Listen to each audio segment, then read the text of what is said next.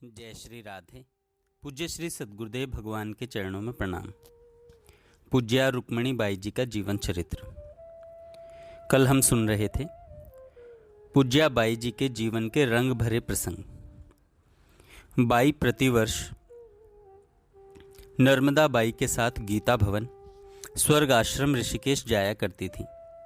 वहाँ पूज्य श्री सेठ जी और श्री भाई जी के सत्संग से उनकी भक्ति भावना को बड़ा प्रोत्साहन और पोषण मिला करता था। वहाँ ये लोग प्रायः चैत्र से आषाढ़ मास तक रहा करती थीं। इसके बाद उनका निवास वृंदावन में रहा करता था। सारे सावन मास वृंदावन में श्री प्रिया प्रियतम के झूले का दर्शन करके भाद्र मास में गोरखपुर आ जाया करती थीं। श्री बाबा और श्री भाई जी के कारण गोरखपुर की गीता वाटिका में श्री राधा अष्टमी महोत्सव बड़े उल्लास के साथ मनाया जाता था और मनाए जाने की परंपरा अखंडित है। यह उत्सव साधकों एवं सिद्धों के लिए सदैव बड़ा ही प्रेरक रहा है। गीता भवन की एक और घटना उल्लेखनीय है। सुमित्रा बाई को साथ लेकर बाई पूज्य श्री सेठ जी का प्रवचन सुनने के लिए जाया करती थी। सत्संग सुनकर बाई अपने निवास स्थान पर आई। बाई ने सुमित्रा बाई से पानी मांगा। सुमित्रा बाई पानी लाने के लिए अंदर गई। अंदर कई बक्से रखे हुए थे। बक्सों के पास भूमि पर उन्हें एक काला पत्थर दिखलाई दिया। वे काला पत्थर हाथ में लेकर बाई के पास आईं। बाई ने पत्थर हाथ में ले लिया और गंभीर हो गईं। उस पत्थर पर लाल तिलक बना हुआ था। बाई ने कहा, ये तो श्री राधा रमण जी प्रकट हुए हैं। इन्हें पूजा घर के सिंहासन पर विराजित कीजिए। तुरंत सवा सेर दूध से स्नान करवाइए। सवा सेर मिष्ठान भोग लगाइए। अभिषेक पूजा भोग आदि का तत्काल प्रबंध किया गया। जब बाई गीता भवन से भागलपुर लौटकर आईं, तब श्री राधा रमण जी भी उनके साथ थे, जो आज तक श्री महिला संघ में पूजित हो रहे हैं। चैत्र से आषाढ़ तक स्वर्गाश्रम में रहना, फिर सावन मास में वृंदावन वास करना और भाद्र मास में गोरखपुर जाकर रहने का क्रम 4-5 वर्षों तक अखंड रूप से चलता रहा। अब वृंदावन का एक प्रसंग है। बाई वृंदावन में रसिक शेखर श्री हरिदास जी महाराज के सेव्य श्री बिहारी जी के दर्शन के लिए गईं। बाई की दर्शन की पद्धति कुछ निराली ही थी। साधारण दर्शनार्थियों की तरह दर्शन करके तुरंत चल देना बाई को कभी भी प्रिय नहीं रहा। बाई का स्वभाव था बहुत देर तक खड़ी रहकर दर्शन करना, वह भी भावपूर्ण मुद्रा में एकटक निहारते रहना। समीपस्थ नर्मदा बाई को सदा यही लगता था कि बाई श्री बिहारी जी से बात कर रही है। एक दिन बाई श्री बिहारी जी के दर्शन करके लौटकर आईं तो नर्मदा बाई ने उनके हाथ में मंदिर के प्रसाद की एक कुलिया देखा और फिर प्रश्न किया, यह प्रसाद तुमको किसने दिया? मंदिर के किस गोसाई से तुमने बातचीत की थी? बाई ने मधुर स्वर में उत्तर दिया, माँ, मैं न तो किसी गोसाई को जानती हूँ, न किसी गोसाई से मैंने बात की, न किसी व्यक्ति ने मुझे प्रसाद दिया। मैं खड़ी खड़ी दर्शन कर रही थी। उसी समय एक छोटा सा नील सुंदर बालक मंदिर से बाहर आया, मेरे पास आया और मेरे हाथ पर यह प्रसाद रखकर वह झट से अदृश्य हो गया। अब नर्मदा बाई के लिए यह लोकातीत घटनाएं आश्चर्य की वस्तु नहीं रह गई थीं। उन्हें ज्ञात था, केवल ज्ञात ही नहीं अपितु विश्वास था कि बाई का उनके प्राण प्रियतम श्री कृष्ण के साथ अनोखा प्यार भरा संबंध है और इसी से वह बाई के साथ रंग भरे उमंग भरे विलास करता रहता है। इस उमंग भरे विलास ने अपना रंग दिखलाना आरंभ किया। बाई का चिंतन ऐसा होने लगा कि वृंदावन में ही नित्य वास करना चाहिए। वृंदावन से जाना बड़ा अरुचिकर लग रहा था, किंतु निर्धारित कार्यक्रम के अनुसार वृंदावन से गोरखपुर जाने की घड़ी समीप आ गई। ज्यों ही प्रस्थान का समय आया, वे एक वृक्ष को पकड़कर रोने लगीं। क्या मुझे श्रीधाम छोड़ना पड़ेगा?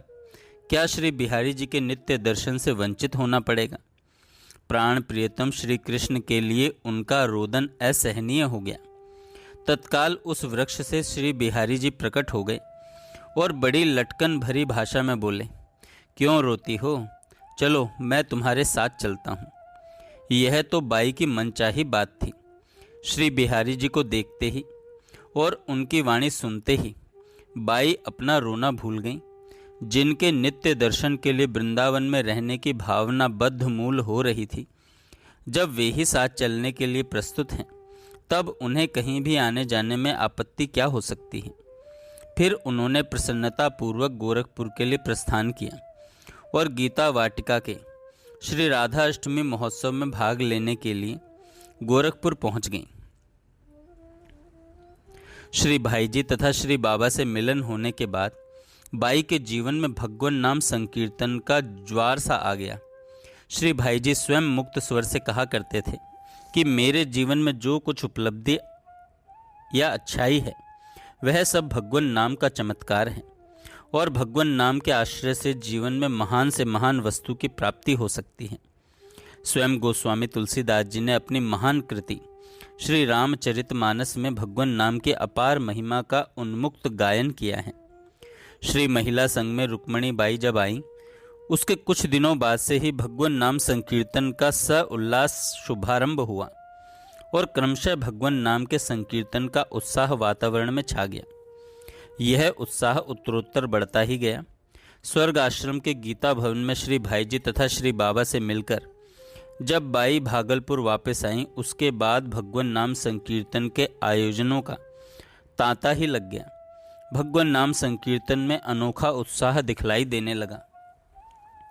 कभी 7 दिन का, कभी 9 दिन का, कभी 13 दिन का, कभी 16 दिन का अखंड भगवान नाम संकीर्तन होने लगा। एक बार संकल्प के अनुसार 16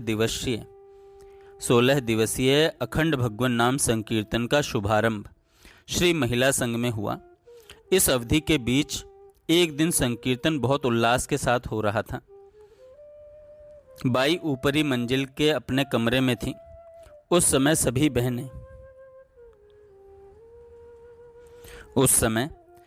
बहनें एक दूसरे से होड़ लगाकर कीर्तन कर रही थीं। कीर्तन करने वाली सब बहनें जानती थीं कि संकीर्तन कितनी जोर से होता है।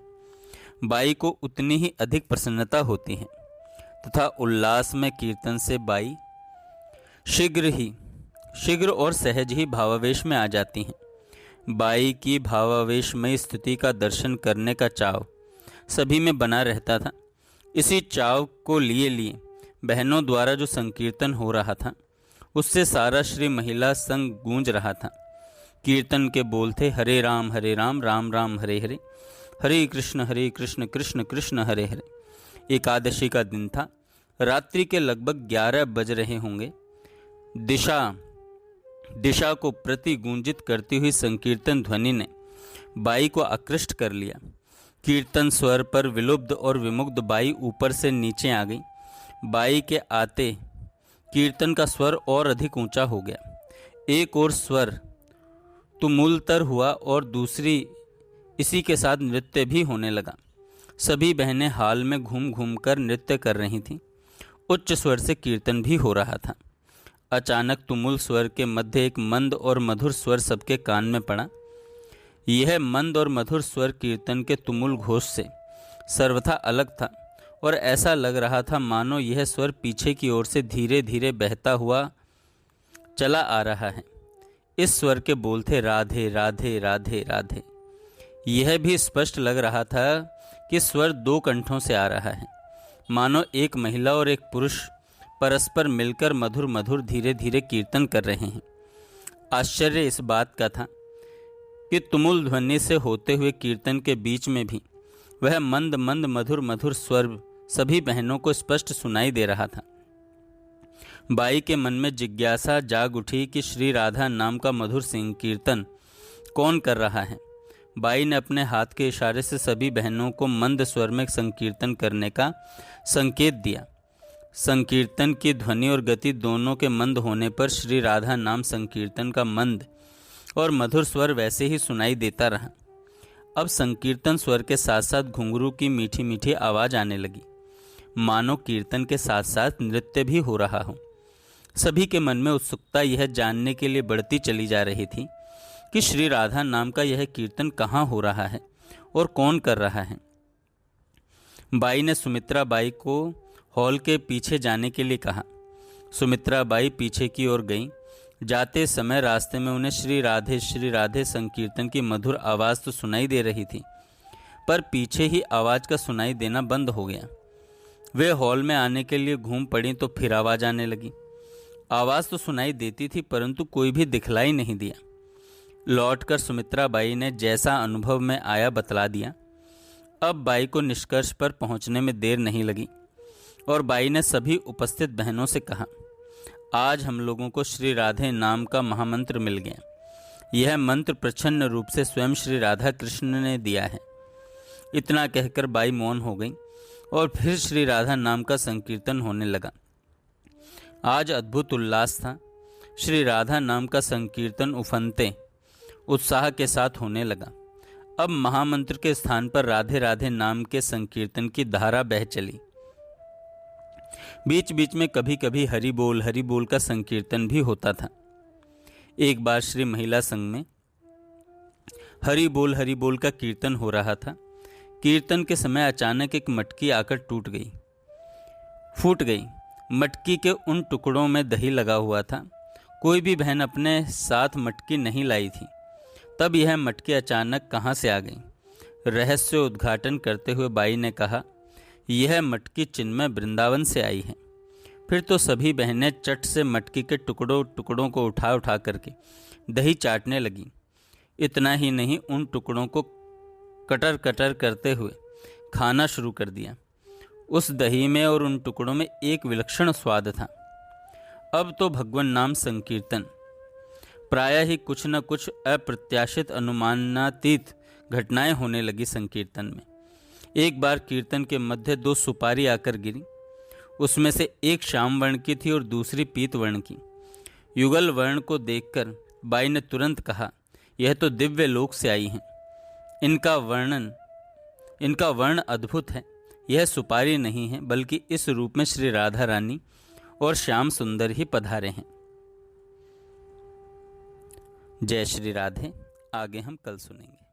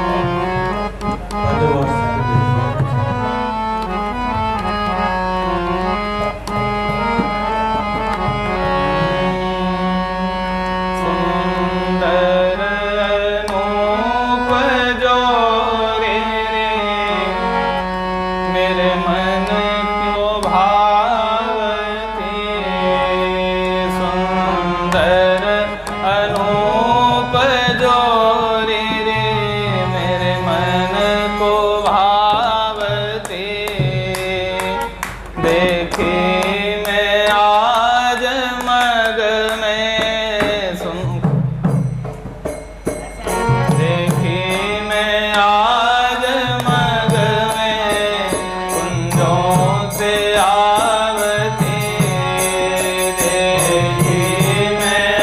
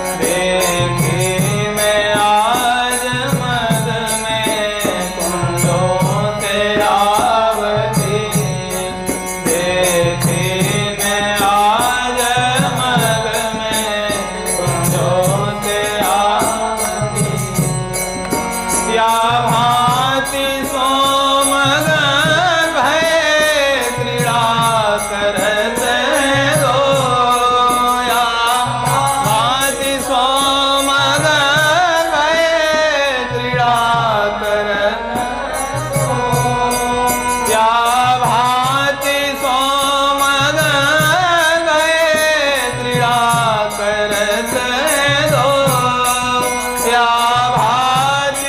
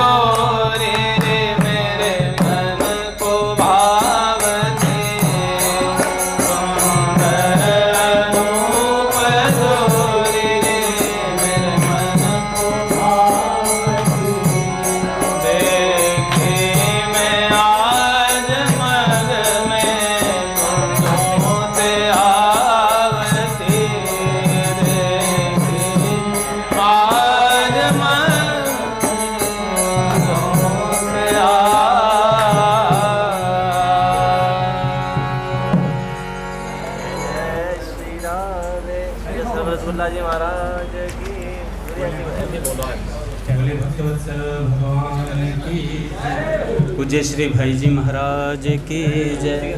पूज्य श्री राधा बाबा की जय। पूज्य मैया की जय। अपने प्यारे भैया की